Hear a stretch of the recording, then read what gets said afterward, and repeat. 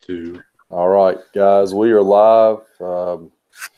First of all, just want to say we're back for a quick, brief, not necessarily final episode, but it's kind of going to be it'll be a little while before we do any more Audible Ecstasy podcast, video cast, whatever you want to call it. We're going to move to a different format. Ideally, we are going to change it up a little bit. We're probably going to go to an audio only format. When we're getting old, we know people just don't want to watch a bunch of old guys talking. So we're going to move it to a podcast situation. And there is probably a chance that we may do some video too, but it's unlikely. The name of the new podcast is going to be 3 over 40. And it's like the fraction, 3 over 40. Not the word over. It's 3 over 40. But guys, let's get this thing started. I'm Jimmy. I'm Chris. I'm Anthony. Hey, all right, guys, let's roll this thing out. Obviously, the main topic tonight is going to be the Southern Drawl Band album, Elixir. And I'm going to give these guys some props because they reached out to us after we did a quick review of their covers album, or their I should say covers album. It's more of a beach style album, in the style of Buffett. Was it right? It was a Christmas album, right? It was a what? Wasn't it a Christmas album they did? No, you're thinking. No. It was a Buffett style. It was a Buffett style album. It was mellow stuff. It had my opinion, a couple of decent songs and a couple of regular songs. But the guys from Southern Drawl, they reached out, and you know what? I'm giving them a fair shake. And the album we're reviewing is called Elixir. And Anthony, you're the most familiar with these guys because you've been listening to them for a long time. You introduced them to both me and Chris. So I think if you want to go first and, maybe your favorite song, maybe favorite couple tracks off the album, I have two that really stand out to me that I really liked. And, we'll go ahead and roll with it. Go ahead, Anthony, talk about it. Yeah, I mean, I don't have anything negative to say on this one because I'm a huge fan of this band. So, I mean, every song is really great on this album. The one song that really gets me is Ghost of New Orleans. That's been getting me for a while because of my mother-in-law when she had ALS. Her and my father-in-law spent time in New Orleans for a bit. Right. So every time I kind of hear that song, it makes me think of them. Gets me a little choked up, so it has a deep meaning to me. So that one, but all these songs are great, and I can finally enjoy Rocky Top. Never could enjoy it before for obvious reasons. It's a good version of this one on here. She's My Angel is great. I mean, I can't say nothing bad about this one. It's so much better than most of that Red Cup country that's out there right now that I'm so sick and tired of. I would agree. It certainly is a better flavor. It's just good Southern rock, kind of country rock, sort of calypso music mixed in there sometimes, and it's really good stuff, man. So I give it a strong 9 out of 10. I don't have anything negative really. Hey, fantastic. Big fan of this band. Hope they stay around for a bit. Chris, you want to take off now? I'll go. And I'll admit I was a bit critical of the Beachin album when we reviewed it before. And I'll be honest, if I recall, it wasn't fair to those guys. There was, I don't know, we kind of had a pissing contest with Anthony. I think the week before he had bashed an album that we had wanted. He didn't even listen to it, if I recall. Maybe one song was on it. Yeah, right. He said he got through about 30 seconds. It's done. Album that he reviews next. Okay, so on to this album. I just wanted to throw that out there. It really wasn't fair to those guys because I gave it a pretty bad review, and part of it was just a retaliation to Anthony, I think. That's what you do, Chris. That's what you do.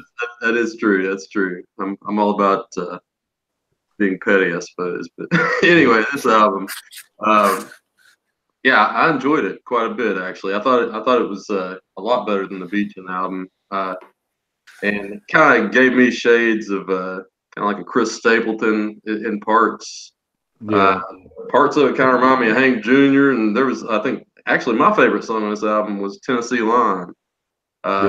Had a George Strait sound to it, kind of, and I was like, it had this like a '90s country sound to it. Yeah, I miss '90s country. Your wheelhouse. I mean, this was a good album, And I gave it like a 7.5 out of 10, but I probably ran that up to 8 out of 10. I thought they did a good job with it. And yeah, I like Ghost of New Orleans too. And I know what you mean, Anthony. Sometimes songs can kind of hit you at a time and give you like an emotional kind of reaction, and they stick with you over time. And that's what makes a great song. These guys are good songwriters, first and foremost. Yeah, that's important. Yeah, that goes to New Orleans. I heard it on I was playing them or something on Amazon one time. And that song popped up, and I never could find it until I got a hold of this album. I'm so glad it wound up on an album. Yeah. So it was always a hard one to find for me. Yeah, I'm glad they reached out. I thought that was really cool of them. They didn't have an attitude with us for kind of slamming their first album there. And yeah, I'm glad we got a chance to review this because it was a good album. So I'll give it an 8 out of 10. Well, once again, I'm not going to be beat around the bush here, guys. I have a little soft spot for what I think is good Southern rock, and I'm talking about your 38 specials. And believe me, I can hear that in some of this music. Touch of Skinner, I hear that in this music. When you said George Strait, dude, that is exactly what hit me in the face on that one tune, the Tennessee song. My God, man. I was thinking that I was literally singing George Strait tunes earlier today to myself before I re-listened to this album, because I haven't listened to this album since he hooked me up with, you know, the tracks to listen to. And, you know, I listened to him, and I remember this is the thing, get it first taste for a band. Well, I tried to erase that first taste completely before I listened to it again, you know, because I did have a little bit of I didn't necessarily have a negative vibe. It just wasn't my style. But I'm telling you, I got through the first song on this album, and the first song is good. Don't get me wrong. Was it the damn sure coming from Dixie or something? That song right there, it's a good song. It's a pretty good opener. But man, that goes to New Orleans. Oh my God, dude, that just hits you. Good Lord, I love it, and it just made me think about, you know, what it'd be like, you know, when you're gone and that last moment, you know, your favorite spot, your favorite thing to do. Oh man, that just. It's a great tune. I don't know how that song didn't make it to, and if it may have made it to radio, but that is a radio song if I ever heard one. It didn't make it to radio. It didn't make it to radio because it doesn't have pickups or beds or tailgates or red cups or you're right, backwards or. Well, you know, that's the problem with today's country music, and that's the other thing. You know, this band really encompasses, in my opinion, and this is the only full album I've listened to besides the Beachin album. It really encompassed a nice rounded out sound. They still had that country flavor to it, and they had that Southern rock. I mean, some of these songs actually rocked out a little bit. Definitely. My God, y'all! What, Tennessee Line? Jesus, great tune. The one before that, Tattoo song, that one kind of had like a Hank Jr. vibe. It has a Hank, absolutely. Hank Williams Jr. Absolutely. The second half of the album was better than the first half. I'm with you guys on Ghost of New Orleans. That was one of the highlights. Yeah, but to me, like halfway through on, and a lot of albums will do that for me. I don't know if it's guys put like the radio friendly stuff first, and then like with their heartfelt stuff in the second half of the album. And a lot of times that speaks to me more. I don't know, but. And I know these guys probably haven't had much radio play, but yeah, I enjoyed it. Yeah, this is the a bar somewhere. I don't know if they. I was thinking the exact same thing. I wouldn't mind seeing these guys in like a small venue, like a Capone's, like we got here in Johnson City.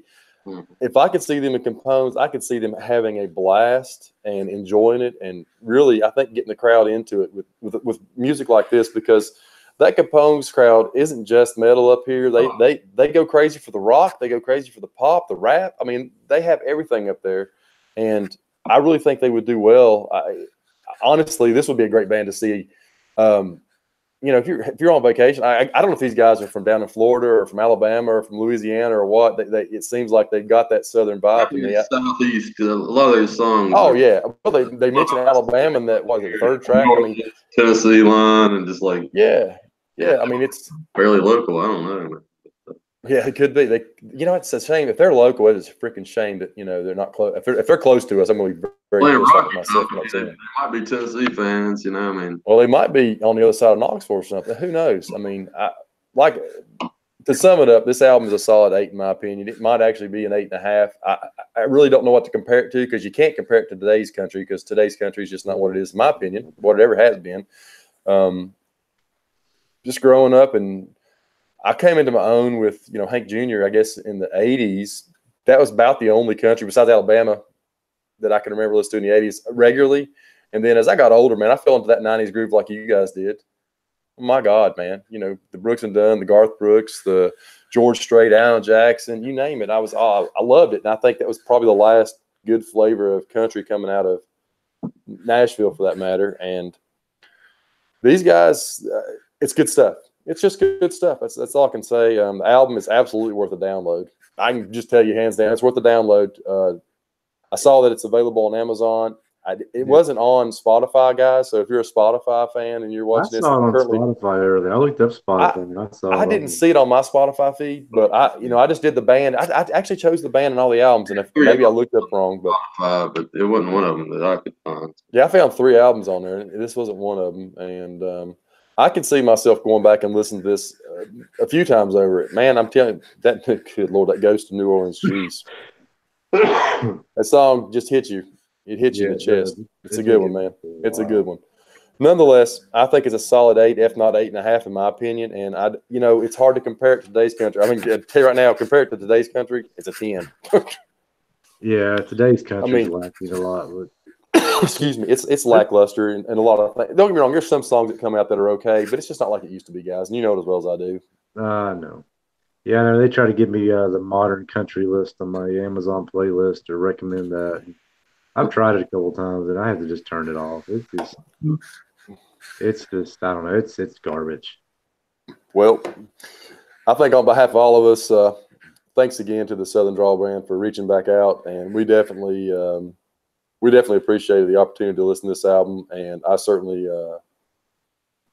would go back and consider even re-listening to that Totally Beachin' album now, and maybe give it another try, because I know I only listened to it maybe a couple times. So I'll tell you something else. There was an album, I think it was called Against the Grain, that I started listening to before, and you guys directed me where I could find this one, and that was good too. So, that's good. I knew they were a good band when I got one of my devices to play them for like a solid hour, and I didn't even want to turn it off. Well, Anthony, I gotta say, you're the one that's pushed them all along. I felt like you pushed the wrong album toward us at first. I did. Honestly, well, I saw one that Parrothead podcast. He's got a right. That's where I first heard him, was on that Parrothead podcast, not Parrothead documentary that's on Netflix. And then I went and researched them and pulled them up on Amazon and just started listening to them. Like I said, an hour in, I was still jamming, and I was like, I feel like I haven't been listening to these guys hardly at all. They were so good. Wow. Yeah. All right, well, guys, I kind of wanted for us just to touch on our new format, while we're all together here for just a little while. Obviously, our focus and our goal is to maintain that podcast to be about 30 minutes. We don't want to. Unless something goes crazy and we go long, we're trying to make it, kind of quick. A couple hit hot points, I should say, for whatever's going on in our lives. I think, Chris, you had suggested something called Unpopular Opinion between the 3 of us. Yeah, and I thought more about that, and maybe just like a question for thought might be better, because just we throw a question out there. I actually wrote one down tonight. Okay, we can get that at the end of the podcast. If you guys okay, well, that's fine. We'll go into that. And the other thing was like maybe a musician's opinion. Well, I think we all decided that we pick one band. Maybe. Yeah, I think music should always be a part of this. It doesn't agree, dude. It's part of my life, dude. I'm gonna review it. Maybe just say, hey, listen to a few songs with this person. Tell us what you think. That kind of thing. I agree. So I agree.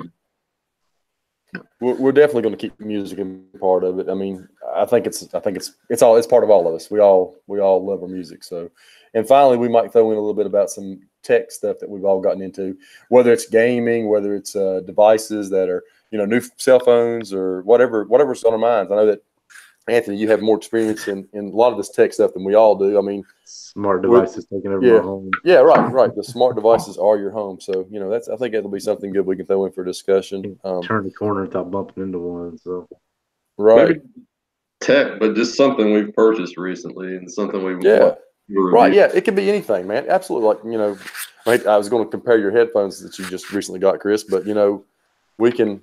That's something we can talk about later on, because I know I've actually had the opportunity to hear them, and they're fantastic. I think that's going to be part of our format going forward. And like I said, I'm not throwing out the option for video, but for now, I think we're going to focus on going audio route, and we just got to get something that works for us that we can dedicate throwing out maybe one or two a month. We all have families. We all work hard throughout the week. We have very little time to dedicate to doing this, and unfortunately for us, this is about the only friend time. I mean, I'm lucky that Chris lives near me. I can get to see him regularly. But Anthony, I get to see you once a year at best. You know what I mean? Yeah, and it's just hard to have young kids. So right. It's life, guys, and thank God we have this ability to do this nowadays. When you think about it, because our parents, once they moved away from their friends, the only time they connected is they went to like a family reunion or a high school reunion or something like that. You know what I mean? And nowadays we have the ability to at least talk to each other, and we're all seriously a phone call away, a text away. I mean, that's, and my God, a Google Hangout away now. This is crazy. Until that's gone. Right. Until Google, once that's gone, we got to figure a different game plan. But sometime next year, I think, is what I'm thinking, especially hanging up. So right. Another album to review, guys. So let's jump. Yeah, let's do this Weezer album. Yeah, absolutely. Chris, you want to hit this one first? I wasn't the biggest Weezer fan, but Anthony also suggested this album. And, okay. And this is but yeah, I'll take the lead on this one and let you guys go next. Okay. I thoroughly enjoyed this album, and it's actually gotten a lot of hype on like alternative radio stations and stuff. I've heard a lot of people talking about this because it didn't come out that long ago. It's fairly new. I think it's last Friday. It's been around for a while, but the Teal album itself was last Thursday it dropped. And I gave it a solid 9 out of 10. Man, I really enjoyed it. The only song I didn't really like that much was their rendition of Billie Jean. I thought that was a little. Really, that's one of my favorites. My favorites were Paranoid and Mr. Blue Sky, if I had to pick two. Also, kind of like Take on Me. I thought they did a good job with that. They've got a sound that's kind of like it. Man, it's crazy. They remind me of. I don't know. These guys ought to just do covers all the time. I think. I think those are almost better than their normal songs. I always liked Hash Pipe back in the day. That was my favorite song by them. But they're hit and miss with a lot of their music. But this album was really good. So I enjoyed it. And this is something you could just sit around and, like I said, just play cards for the evening and have that playing in the background and throw back a few beers. Good stuff. Yeah, I gave it a 9 out of 10. I thoroughly enjoyed it. Anthony, you want to go next? You want me to go? What's that? So do you want me to go next, or you want to go? I mean, I can just go right quick. All right, go ahead, man. Yeah, it's funny. Mr. Blue Sky is one I skip. I just don't like that song. Really? That's an awesome song, man. What's that other song? It's the old, was it the Turtles song? Happy Together? Yeah, I can't stand that song. Never could stand that song. Even their version, I can't. I thought that was like the Beach Boys or something. Is that not them? I think it's like the Turtles or something. It's not the Beach Boys. That's good. But I would give it a solid 8 out of 10. I mean, Africa, Paranoid, Billie Jean, Stand By Me. Those are all really. That song rocked, man. They did a great job with that. I think it's my favorite. Yeah, they also did Rosanna, which isn't on here. So, yeah, y'all should seek that one out if you haven't heard it yet. I have heard that, and I actually, you know the story behind that, right? Rosanna Arquette, right? Well, no. I mean, you know why they did the cover, right? Well, I know why they did Africa, because they got a fan petition to get them to do it. Right. Okay, they did Africa, and then of course Toto. They did Hash Pipe, right? Right. Toto decided to do Hash Pipe. Well, after they had this album recorded, by the way. Right. Not as good. But then they went ahead and did Rosanna after that, I believe, and it was kind of like a running joke. And honestly, that should be on this album. I have a feeling that when this album gets re-released, or they may do a deluxe edition, it'll be on there. But you're right, man. That Rosanna is a great version. It is absolutely a great version. So I will go ahead and throw it at you right now. Y'all ready for this? On this Weezer album, I think this is absolute garbage. You're not the only one. This is absolute garbage. I'm just kidding. I'm just joking, guys. It's not bad at all. It's actually great. This album actually made me go back and revisit their discography. Just so y'all, if you don't know, my wife's a huge Weezer fan. I was I don't, Really? I didn't know I don't know if you guys know that. She absolutely has every one of their albums. that. Really? Yes. Yeah, I'm married into that. But I nonetheless, like a lot of this stuff. I do. yeah. Well, I actually I like the couple of tunes. You know what I mean? But she knows all that stuff. I mean, she's got a huge. Good God, she has it all. That's all I'm gonna say. And honestly, this is a great album. This is a good, easy listening album. I don't know if there's a bad song on here. I think I did like the version of "Everybody Wants to Rule the World." Yeah, that was good Yeah. too. I thought it was great, man. Africa, of course, I know they played it to death, and don't get me wrong, that is a great song. Weezer does that thing so much justice. Oh my God! I mean, everybody knows it. I mean, the only cover I like better than that is the the dude that does the metal covers. Oh yeah. Leo does a cover of Africa and has some girl play it. Yeah, it's hilarious. It's just hilarious. He's great. He's good. He's great, dude. Album out, really. I mean, he knows. I don't know. I think he does have some on iTunes, but nonetheless, he does all his covers. He's funny. There's a great metal. As a metalhead, I love it. But Paranoid, fan freaking tastic. Love that version. The Billie Jean's okay. I'm kind of in the middle on that one. I don't think it's awesome. I don't think it's terrible, but I kind of. To me, it's the worst song on the album. Take on Me is a good song. That's a good one. That's a good cover. And Stand By Me, that actually surprised me a little bit. To be honest with you. What surprised me was No Scrubs. I thought this is gonna be garbage. But yeah, TLC, dude. Who in the world? I was like, that's actually pretty good. Yeah, yeah, it's a shocker. That album, guys, it's absolutely a 8.5, if not a 9. It's a great album. Yeah, it's a fun record. I think it was done more as a tongue-in-cheek thing, and I think it's turned out to be a little more than that. So, my God, it's probably sold more albums than their last one did. I don't know, man. Well, I think Africa was a big, wasn't only was number one, but it was a big hit for him, wasn't it? Dude, it was continually played for like almost a year. They recorded that song a year ago, dude. It's insane. Yeah. It's been on play since then. I remember the first time I heard it, I was like, this sounds like what the heck happened to Toto at first? And I was like, oh, God, that's Weezer, and then kind of the song or something. Yeah, that's what I thought at first because I didn't pay no attention. I knew the song, everybody knows the song that's our age anyway. Yeah, I mean, it got me wanting to go back. I was actually listening to some of their old back catalog today. I've never really listened to Weezer much. They're back in that '90s era that I don't. They are. They're not grunge. I mean, I wouldn't put them in the grunge era. It's alternative. They're like late '90s at best. I mean, were they around the earth? I don't think they were like. I don't think they. I think more like. I think '96ish, '97. Is that not right? Yeah, '95 maybe. Around the '90s. I don't really want them in. They're more like. Alternative music for them. Well, I've got them all on my iTunes. Let me see here. I'm sure you could dig back into the '90s, but so I might have to go back and listen to some more of their stuff. But some '94, the first album came out in 1994. Chris, the Blue Album. Pretty old, all right. My Name Is Jonas. Yeah, dude, that's the first song. That's right. That is absolutely a killer tune. Buddy Holly's on that album. Oh my God, dude. On the '90s. I didn't realize that old. God, does that not make you feel old now? Jesus. I was like, Jesus Christ. I might be wrong. That may not be their first album, but I'm telling you, that's old. That's back there, man. Good God. We're all getting old, boys. Yeah, I heard recently that the Beatles, when they performed on top of the roof in '69, yeah, I think it was today or yesterday, it was 50 years since they did that. Oh, wow. Yeah, it was. It was on the Amazon thing. Yeah, on the thing. Yeah. Yeah. Good morning, Alexa. Yeah. Yeah, I wouldn't. Don't use her name too much on there because I've heard. Yeah, no. You next thing you know, your freaking house plays.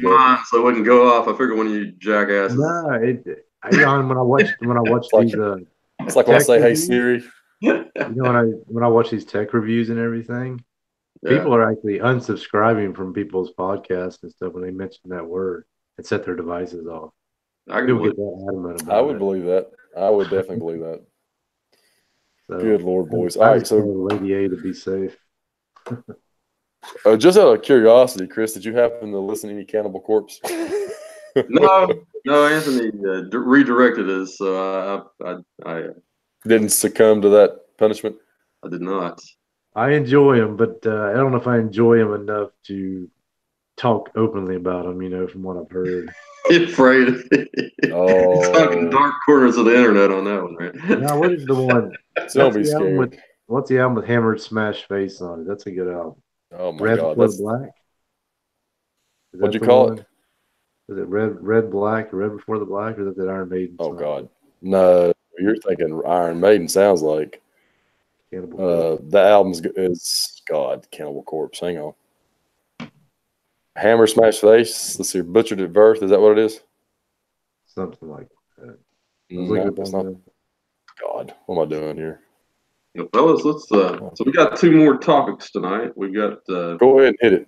the Anthony was going to give us a review of his Google Home Mini. Home And Pub. we're also going to discuss whether or not streaming is killing the music industry.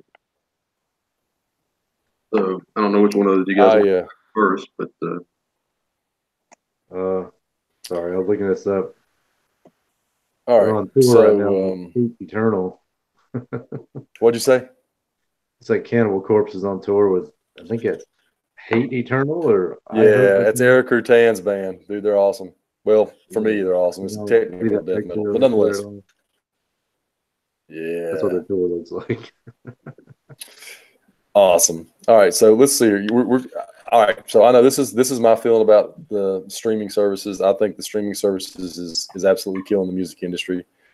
I feel like it's causing a lot more garbage to get out, or a lot less, or a lot more less composed music to get out, less more thought into music is what you would get when you had a true producer back in the day. And you had to go through a record label, and you had all those things going on that are behind the scenes that us as listeners never really know about, but we appreciate the quality of the music, and we know that. I realize that record labels were freaking evil back in the day, but nowadays I guess musicians aren't getting paid hardly anything. They get paid like a penny for 1,000 spins or something. I mean, it's crazy. I feel like when bands are forced to go to these media, Spotify's and places like that, they may not be giving us their 100% or their best. I know that. I mean, we all can laugh about it if we want to, but Lars Ulrich was right. I mean, as soon as they started making music free, it's brought down the whole. You might be talking about, industry. You might think that about like a Metallica or something, but I'm not sure like up and coming bands feel that way. Well, up and coming bands, less than 100%, I don't think. It kind of allows a lot man. more. It's like with self-publishing that I'm involved in right now. Right. You know, it allows a lot more people to cheat the system and to hack their way in and write just garbage and throw it out there, and it really pollutes the system. And that's the word I'm looking for, Anthony. Pollute is the word you said. Perfect. Pollute. Yeah, I mean, someone like me, I feel like I take the time and the energy to put my stuff out. It really frustrates me that I got to wait till all the crap out there just just to get actually my name a little bit known. It's frustrating. Right. That's what's happening to music right now. It's like it costs nothing to produce it, just throw it out. I mean, look, guys. I look at these, hard rock metal sites every freaking week to see what's coming out, to see what I can hear, and I promise you, and I realize you guys probably wouldn't recognize hardly any of these names, but I know a lot of metal, and I see literally week after week. If I don't see 25 or 30 bands with names I ain't never heard of, I don't know what to tell you. And I go through and I try to listen to them like, God, this sounds just like so and so. It's a lot of the same stuff that somebody else is recreating. It's like you say this might be the next Metallica. Well, this band sounds just like Metallica. it's a blatant ripoff of Metallica. And I'm not talking about I'm just giving a terrible example, but there are a lot of bands out there that release stuff that have 10 fans. I personally know a dude that used to work at Sonic CD here in Abington that released an album. I know two people that worked at Sonic, as a matter of fact. This guy named Shane that we know, and another dude. I'm telling you, you can release your stuff. I don't. You're saying that like it's a bad thing. I think it's good that people don't have to jump through the hoops that they used to have to. I'll tell you, I used to years ago. This can date myself, but I saw the Dave Matthews Band quite a few times back in the '90s, and there was this opening act they had. I remember these guys. Their names was Agents of Good Roots, I love those guys, and it was so hard to find an album by them. And they, I'd see them tour in college towns and stuff. It's when I went up to Radford, and they play in Blacksburg. I go watch them, and I even think Anthony, I took you. I went to one with you, and it's like they were small enough where you could, like, after the show, you go up and have a beer with them and talk to them and stuff. I just gave up eventually, but it's because the right record producer wasn't in the right place at the right night. Well, that's bullshit. People shouldn't have to like do that to rely on that to succeed in this world. If you can get out there and put that, look, yeah, there's a lot of crap out there, but it's not going to succeed. That's the thing. And yeah, like Spotify is a place where a lot of us get our music from. And I've got groups that I listen to. Well, there's algorithms in there, and it says, well, if you like this, you might like this. And a lot of times I find myself listening to that. Yeah. I got a list of bands right here that I found because of that. Shovels and Rope, Anderson East, Jason Isbell, J. Roddy Walston. Guys that I've seen in concert now because of Spotify, basically. And yeah, they don't make a lot of money off of that, but they do make money off of ticket sales. And I think the newer generation, that's how they look at it. They know they're not going to make money off of album sales. It's not like it was back in the 80s. But what they do is they go out there and they hit the pavement and they self-promote. And they don't rely on record labels to do it for them. I think it's just a difference in the way it's been. I get what you guys are saying. There is a abundance of crap on the market because of this. But you just have to work harder as a fan to weed through it. I think. See, I'm somewhere in the middle. I love the fact that I can stream anything, but also see the other side too, to where it is kind of killing the industry. Anthony, I see both sides. This group that we reviewed tonight, you'd never heard of them if it weren't for music streaming. Exactly. Well, exactly. Hey, look, there's no denying that music stream has certainly made it easier for everybody to discover new music.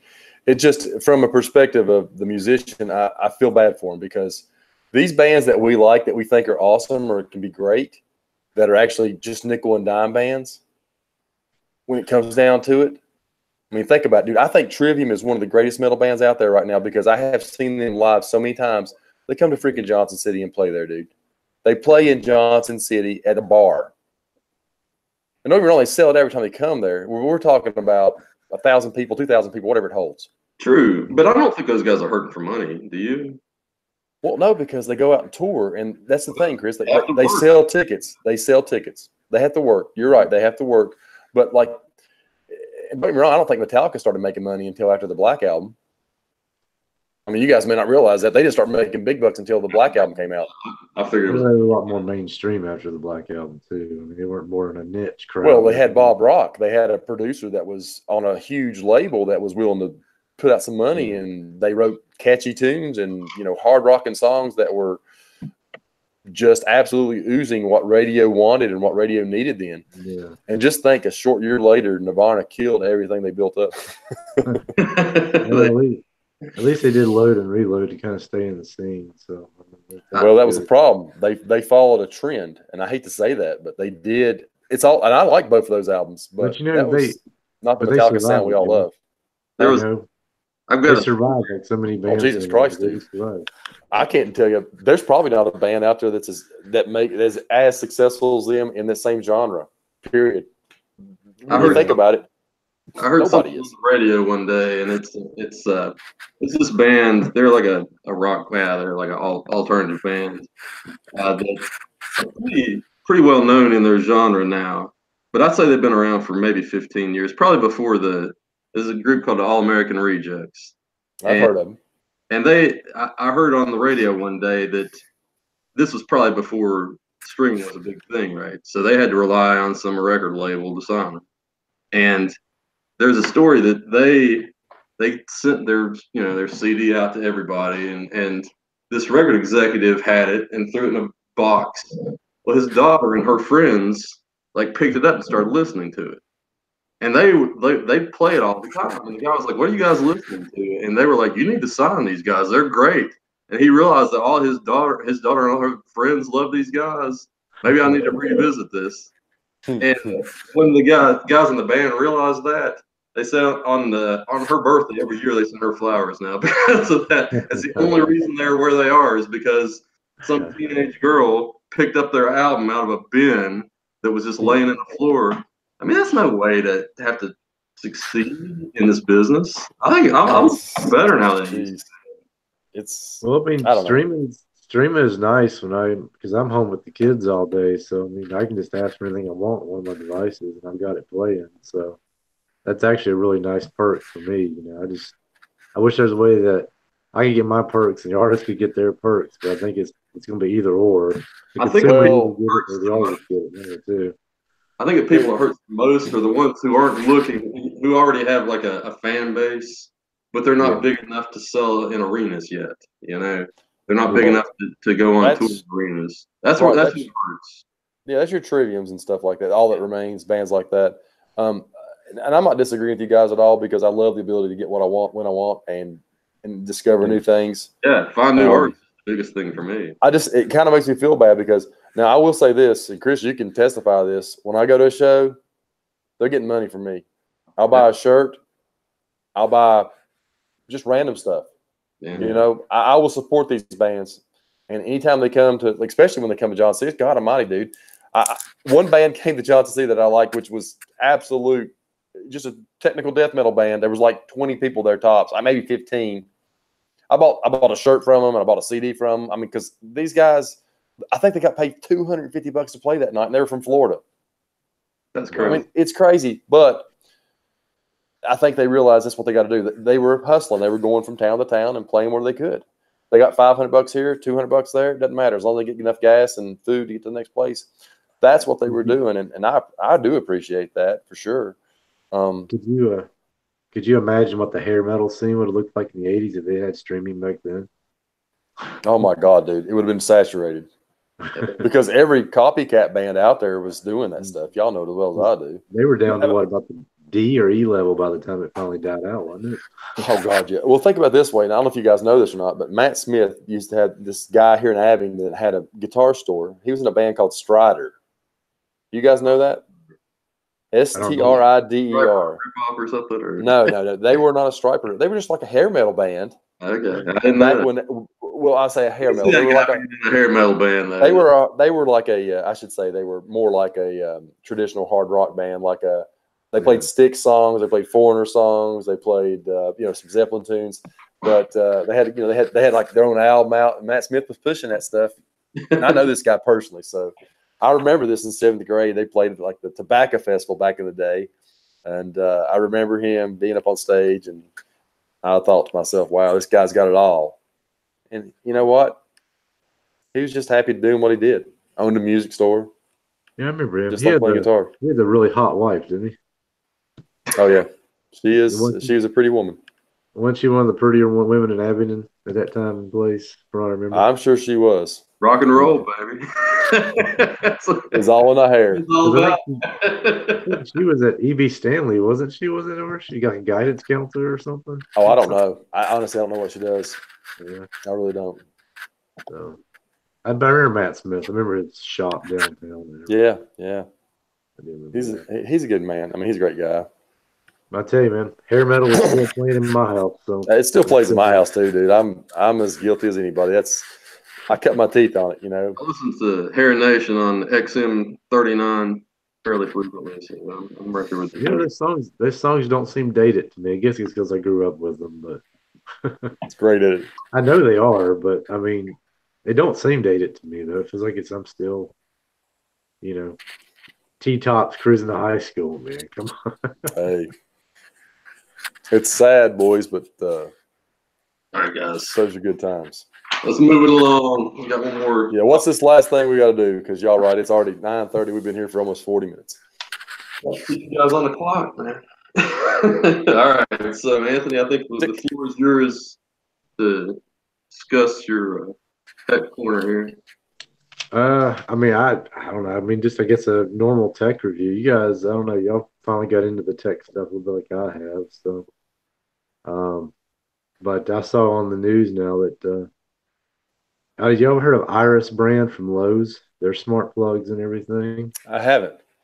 They just pulled the plug on them. So why? I'm not sure. I think bad customer demand, and they did some kind of. They have a hub. And a hub is when your light's got to talk to a hub, and then the hub's got to talk to your device, that sort of thing. That's probably another issue. But now all those people got bricks in their home and no smart lights. At least Lowe's Wow. would give them a prepaid, you know. Lowe's has their own brand of. It's not really the same thing, but they've got like these doorbells that like have security cameras and stuff on them now too. Yeah. They have their own brand of that. And the last time I was in there, I noticed. So maybe I just Wow. avenue. I think about that kind of stuff sometimes, you know, with all the smart stuff in my home. Like, who's going to tank? Who won't tank? Hopefully, none of these guys tank. What do I do with this stuff, you know? But I don't know. I guess we're just living in the moment. I've kind of considered the smart devices in our home the VCRs of our generation. You know, because someday we'll be doing stuff like have them on the walls or something like that. You know, the Echo Bee already has a light switch with Lady A built into it, so that's where the future's going. But anyways, on a tangent. But yeah, I bought the little home hub just on a whim because I had a little bit of extra money, and I'm not as big into Google. I'm more into Lady A, but I've really been surprised how much I love this little thing. And I wrote down some pros today when I was sitting around. Because I have YouTube TV, I can watch live TV. It's got YouTube on it. It's got great pictures in standby mode. When I do my Chrome, I got a Chromecast in my bedroom, and I can Chromecast from it to my bedroom TV. And then I've got a visual remote control on my little device here that I can pause or play or skip forward. That's pretty neat. It has no camera if anybody's worried about privacy. It's very small. I'll move it everywhere. It's great visuals. What else do I have right in here? It syncs great with the Android phone. So you don't set a calendar up. It'll actually show you the entire calendar while you're doing it and spelling it out for you. I mean, I don't know. Got games, recipes, got a great alarm clock, timers. I mean, it's worth the purchase in my mind. I'm surprised to say that because I've been a huge Amazon supporter, but Google, you know, they don't offer anything like this. Their Echo Show is too big for my home, so this was the perfect size for me. So it's kind of my pros. The only really cons, Anthony, is that huh? you keep that in your kitchen? I kind of move it around. I got it in the bedroom with me right now. Keep it out in the dining room mostly. You can hold it up and show it too if you get it. I'm curious what this thing looks like. It's over here. I think I showed it to you last week. Yeah, I remember you kind of peeking it to us last week. Let's see it. Talk to us, Anthony, so it pops up on the big screen. I can't say anything else. There you go. Yeah. See that picture on how good it looks? And you could do. Can you aim it down a little bit? How good that Not a picture videographer. Well, I got my tablet right here. There you go. Is that better? There you go. That's good. Okay, yeah. So you can do this. You can hit That's that. about a 2-inch screen on that, you said? There's your stuff right there. It's like a 6-inch screen, 7-inch screen. Here's all the recommendations, everything I can do. This is the really cool feature if y'all can see it. Here's the my smart home right here. This is all my stuff in my home right there. So that's the Google Home Hub? yeah. So I can go anywhere like I'm in the master bedroom and see it's right here. Right. Go on master bedroom light. And I can just do the brightness on it right there. Okay, Google. Is that how you talk to it? You got to say, okay, Google? You're activating my phone over here, Jim. You're welcome. I thought that's what you had to say. I couldn't remember. It's been a while. Like I know if I say, hey, Siri, my phone's probably going to go chirp. You can say hey or okay, or you can say, you can actually say hey and then say boo boo afterwards too. It'll do it. Oh, nice. So anyway, that was my 2 cents on that. I'm actually really surprised I've enjoyed it. It's pretty cool, man. It is very cool. It's only $99. Man, it's not like it's really super expensive. So, but yeah, I'm hoping Amazon will give me a update on the screen in the fall when they do all their hardware stuff, and I'd like to upgrade to something like that from Amazon if they do something smaller. But well, you know, they're always updating for sure. September is their big month, and October is Google's big month. So just in time for the holidays. Well, heck yeah. Oh, anyway, that's my tech. Good God. We lost Chris. Oh, we got a cat. Nico, he's a mess. So, anyways, are y'all still enjoying y'all's devices in your home? Oh my God, dude! I use mine every day. I know it's for menial stuff and for music. I mean, I listen to mine every day. Something. I wake up to it. Good morning. Do the whole. Yeah. You know what I'm saying.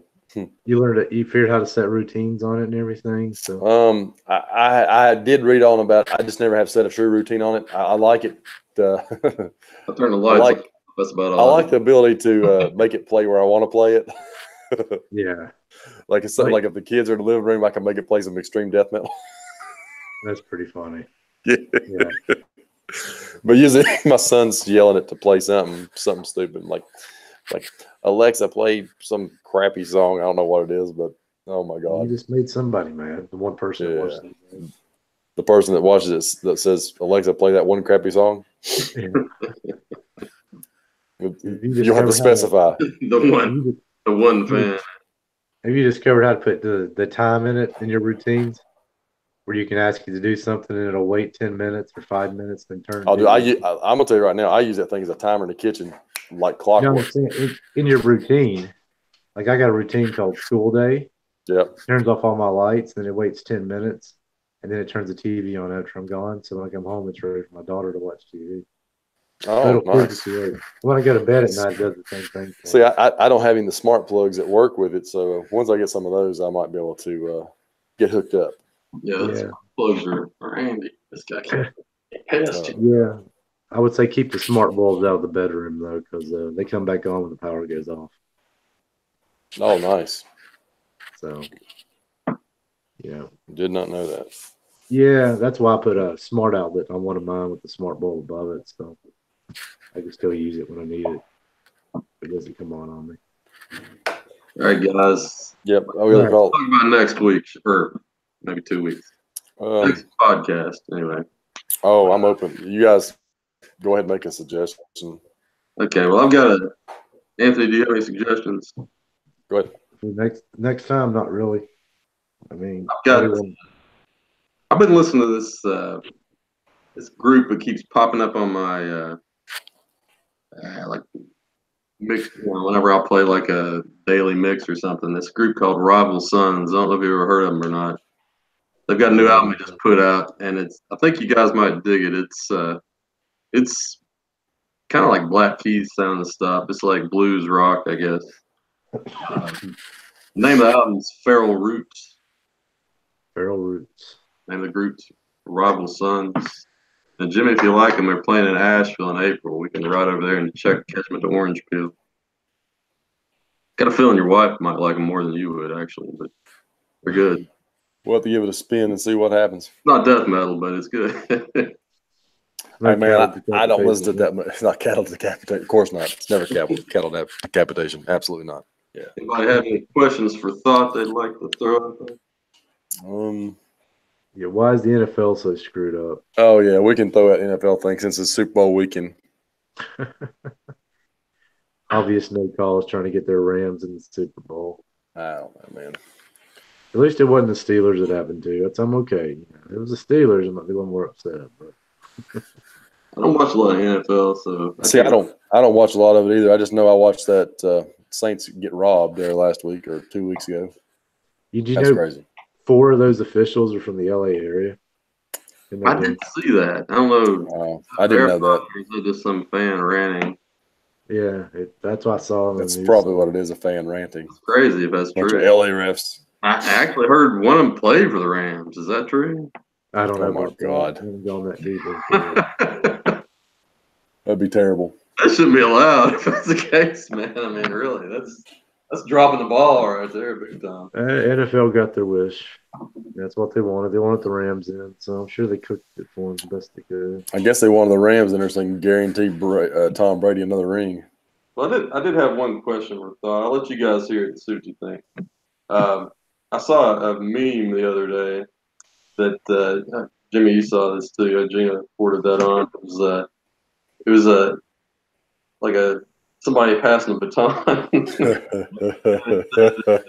Nickelback in the background and Imagine Dragons in the front ground, and on the baton it said worst band of all time or something like that.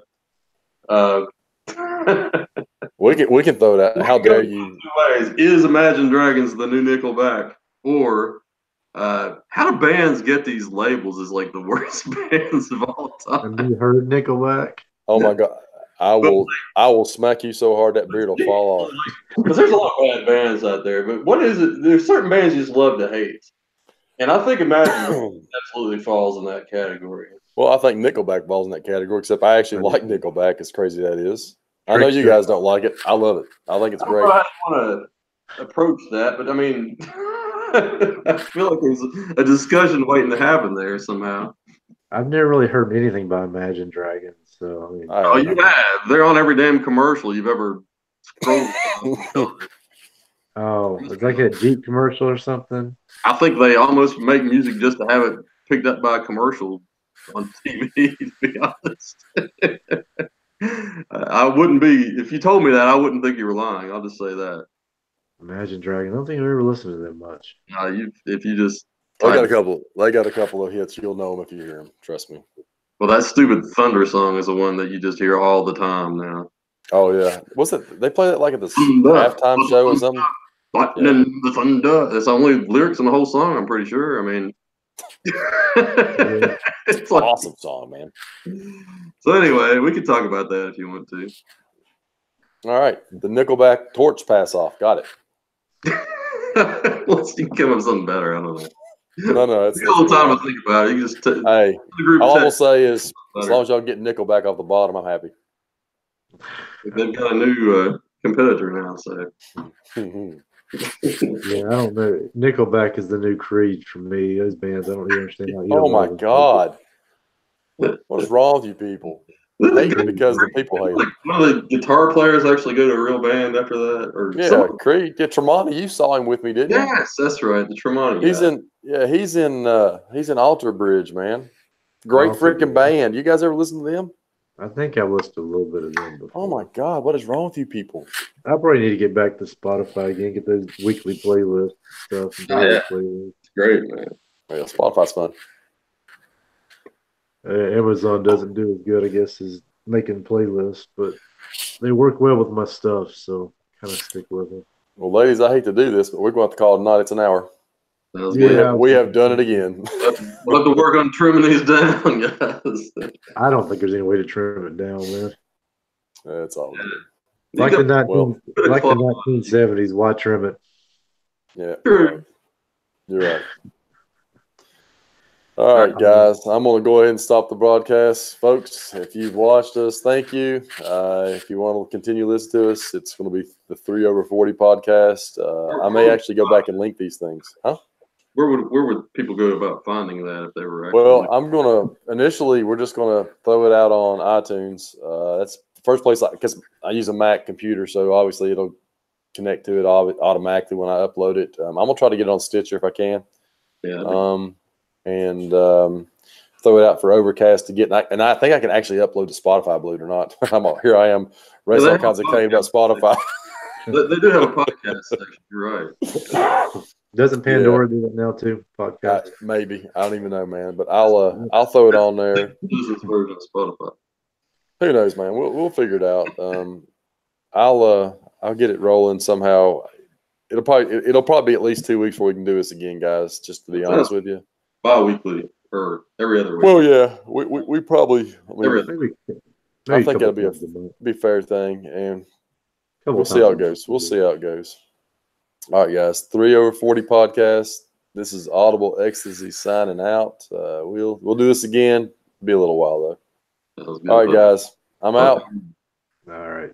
See y'all later. Good night, fellas.